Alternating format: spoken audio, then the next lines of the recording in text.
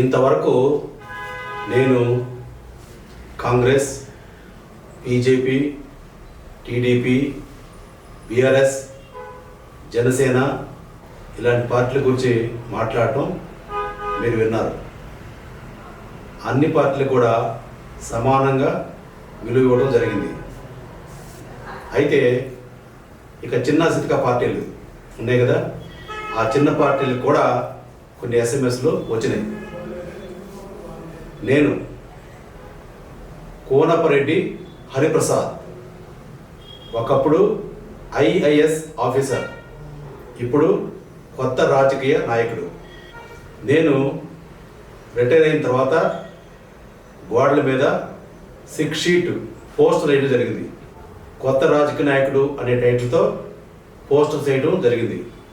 ఆంధ్రప్రదేశ్, తెలంగాణ ఈ ప్రాంతాల్లో పోస్టర్స్ వేయడం జరిగింది. నేను దాంట్లో ఇచ్చిన మ్యాటర్ ఏంటంటే, ఐఏఎస్ ఆఫీసర్గా రిటైర్ అయిన తర్వాత రాజకీయాల్లోకి రావాలనుకుంటున్నాను, నేను ఏ పార్టీలో చేరాలో మీరే చెప్పండి అని అడగడం జరిగింది. బీజేపీ, కాంగ్రెస్, బీఆర్ఎస్, జనసేన లాంటి పార్టీల్లో ఏ పార్టీలో, ఏ పొలిటికల్ పార్టీలో నేను చేరాలో చెప్పండి అని ప్రజలను అడగడం జరిగింది. దానికి దాదాపుగా 10,000 మంది పైన ఎస్ఎంఎస్లు పంపారు, మెసేజ్లు పంపారు, కాల్ చేశారు. అయితే ఇక్కడ ఒక విషయం గుర్తుపెట్టుకోవాలి. నేను ప్రజలు ఎందుకు అడిగాను, ఓటర్స్ని ఎందుకు అడిగాను, నేను ఏదైనా పార్టీలో చేరితే, ప్రజలు రికమెండ్ చేసిన పార్టీలో నేను చేరితే పొరపాటున ఓడిపోతే మీరే కదా నన్ను ఈ పార్టీలో చేరమని చెప్పారు, ప్రోత్సహించారు అని ప్రజల్ని అడగటం కోసం నేను ప్రజల్ని అడగటం జరిగింది. దానికి దాదాపు 10,000 మంది స్పందించి ఎస్ఎంఎస్లు పంపారు, ఫోన్ కాల్స్ చేశారు. ఈ పక్కన కనపడుతున్న నంబర్స్ ఉన్నాయి కదా, ఈ నంబర్స్ అన్నీ కూడా ప్రజలు ఫోన్ చేసినవి కానీ ఎస్ఎంఎస్లు పంపినవి కానీ నంబర్స్, ఈ పక్కన స్క్రోల్ అవుతున్న నంబర్లు. అయితే ఇక్కడ ఒక విషయం గుర్తుపెట్టుకోవాలి. ఏంటంటే, ఇంతకుముందు పెద్ద పెద్ద పార్టీలు అని చెప్పేసాం కదా, ఈరోజు మనము చిన్న పార్టీలు వాటికి వచ్చిన ఎస్ఎంఎస్లు కూడా చెప్పాలి కదా ప్రజలకి. సరైన నిర్ణయం తీసుకోవాలంటే, సరైన జడ్జిమెంట్ చేయాలంటే వీటికి వచ్చిన నెంబర్లు కూడా చెప్పాలి. ఈ ఎస్ఎంఎస్లు అన్నీ కూడా ఈ చిన్న పార్టీలకు వచ్చినాయి. చిన్న పార్టీలు నేను అనలేను, కొన్ని పెద్ద పార్టీలు కూడా ఉన్నాయి, కొన్ని చిన్న పార్టీలు కూడా ఉన్నాయి. ఆంధ్రప్రదేశ్, తెలంగాణలో ఇవి ప్రస్తుతం చిన్న పార్టీలు చెప్పుకోవాలి. చెప్పుకోబోయే పార్టీలు ఏంటంటే, ఆప్ నవంబర్ 26, 2012 నాడు అరవింద్ కేజ్రీవాల్ అనే ఒకప్పటి ఐఆర్ఎస్ ఆఫీసర్ ఈ పార్టీని తన కంపానియన్స్తో కలిసి ప్రారంభించాడు.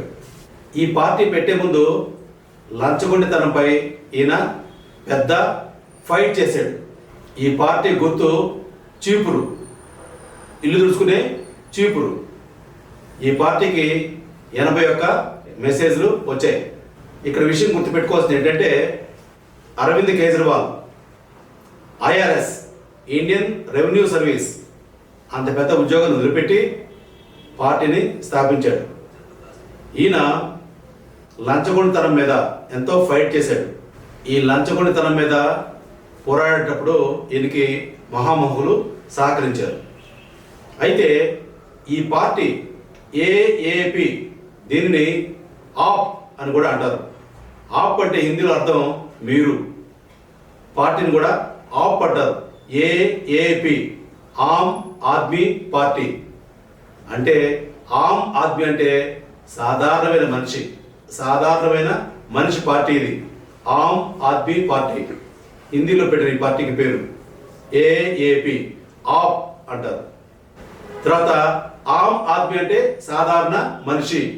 చీపురు గుర్తు ఈ పార్టీకి ఎలక్షన్ కమిషన్ ఆఫ్ ఇండియా ఇచ్చింది. తర్వాత పంజాబ్లో కూడా ప్రస్తుతం ఈ ఆప్ ఏఏపీ పరిపాలన కొనసాగిస్తుంది. మాన్ అనే మనిషి ముఖ్యమంత్రి పంజాబ్లో. ఢిల్లీలో అరవింద్ కేజ్రీవాల్ ఎంతో కాలం, దాదాపు 10 ఏళ్ళ పైన పరిపాలన సాగించాడు. ఎలా? లిక్కర్ కేసులో కేసీఆర్ బిడ్డ ఉందే కవిత కూడా ఆ కేసులో ఉంది. లిక్కర్ స్కామ్లో కేసీఆర్ బిడ్డ కవిత, ఇంకా చాలామంది ఉన్నారు. దాంట్లో అరవింద్ కేజ్రీవాల్ కూడా ఉన్నట్టు చెబుతున్నారు.